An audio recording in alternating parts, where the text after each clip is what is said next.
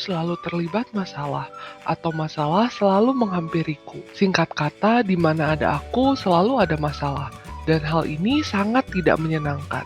Ibu berkata bahwa semua masalahku berawal dari kesukaanku terhadap para lelaki. Namun, bukan salahku untuk selalu jatuh cinta pada seseorang atau membuat mereka jatuh cinta kepadaku. Aku malu untuk berbicara dengan ibu tentang masalah yang kuhadapi dalam bertumbuh dewasa, namun aku juga terlalu takut untuk bertanya berbagai pertanyaan ini kepada guru BK. Akhir-akhir ini, aku mengalami kejadian yang kurang menyenangkan dan ini membuatku berani untuk bertanya hal-hal yang tidak nyaman kepada ibuku. Aku jatuh cinta dengan tulus pada seseorang, dan aku siap untuk mengikutinya bahkan sampai ke ujung bumi sekalipun. Namun, ia memanggilku ke atas ranjangnya. Ini adalah pengalaman pertamaku dan tidak terlalu menyenangkan. Dan cinta kami tiba-tiba hilang, kami putus. Namun, aku tidak bisa lama-lama bersedih. Temanku berkata pengalaman pertama seringkali tidak menyenangkan bagi kebanyakan orang. Dan aku berencana untuk lebih serius dalam mencari pacar baru. Tiba-tiba, suatu pagi, aku tiba-tiba merasa pusing, mual, dan mulai muntah-muntah. Aku cepat lelah dan mudah marah. Suasana hatiku mudah berubah. Dadaku terasa bengkak dan sangat sensitif, bahkan terasa sakit jika disentuh. Awalnya aku pikir ini berasal dari rokok. Ya, aku kecanduan merokok karena aku pikir ini dapat menyenangkan para lelaki. Aku memang bodoh. Tapi ketika aku tidak menstruasi, aku curiga ada sesuatu yang salah. Dan aku takut ketika berpikir, apakah aku benar-benar hamil? Kemungkinannya cukup tinggi, karena saat itu kami tidak menggunakan pengaman. Masalah ini membuatku kaget. Awalnya aku sangat bingung apa yang harus kulakukan. Haruskah ku beritahu ibu atau mantan pacarku? Apakah aku harus pergi ke dokter?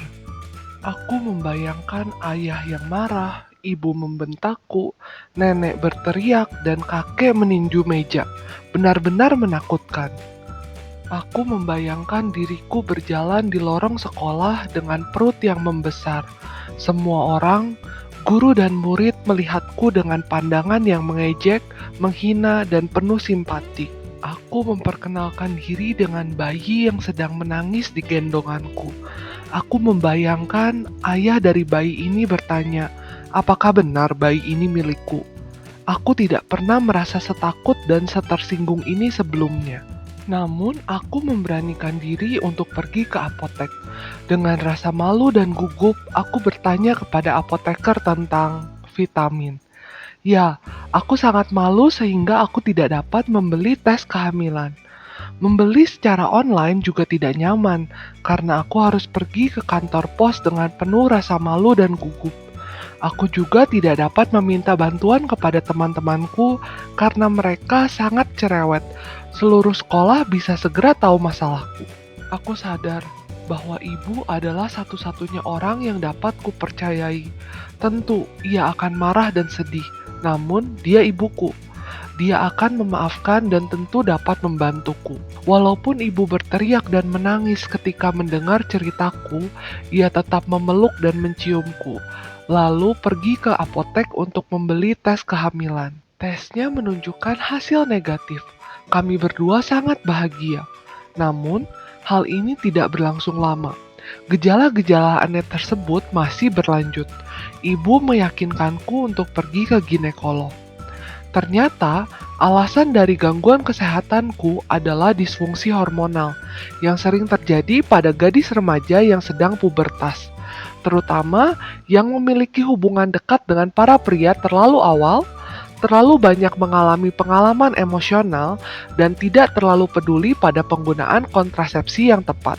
Ternyata sang dokter adalah wanita yang sangat sopan dan menyenangkan. Dia tidak melihatku dengan pandangan mencemooh, mencela, atau simpati. Dia hanya menjelaskan dengan gamblang mengenai kontrasepsi modern. Ternyata dulu aku benar-benar tidak peduli akan hal ini. Dulu aku tidak berpikir apa akibat fisik dari hubungan cinta yang tidak dilindungi oleh kontrasepsi.